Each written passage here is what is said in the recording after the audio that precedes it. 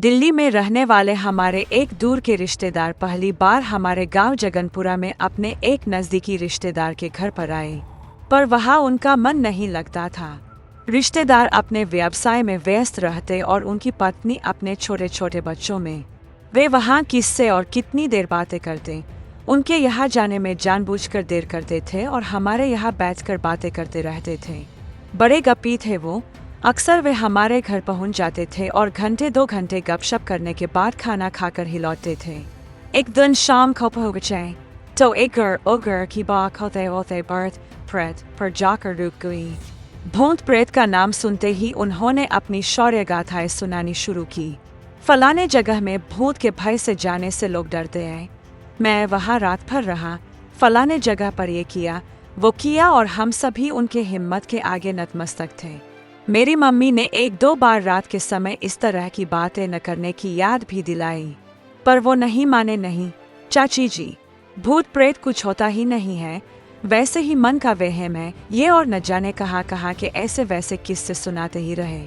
उस दिन खाते पीते कुछ अधिक ही देर हो गई थी। रात के 11 बज गए थे। गांव में काफी सन्नाटा हो जाता है।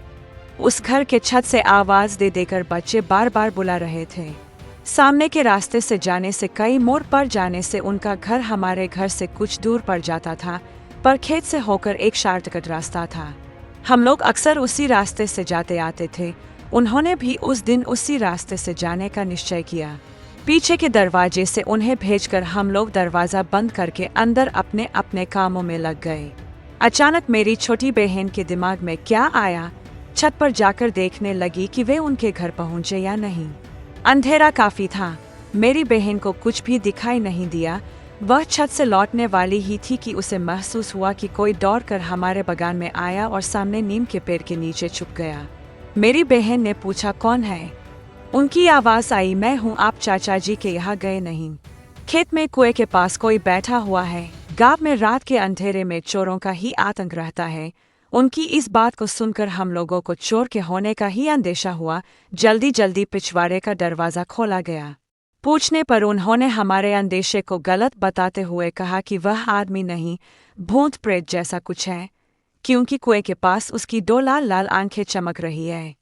तब जाकर हम लोगों को ध्यान आया कि कुएं के पास खेत में पानी पटाने वाला डीजल पंप रखा है और उसमें ही 2 लाल बत्तियां जलती है। जब उन्हें यह बात बताया गया तो उन्होंने एकदम से जेम कर कहा, ओह! हम तो उससे डर खा गए।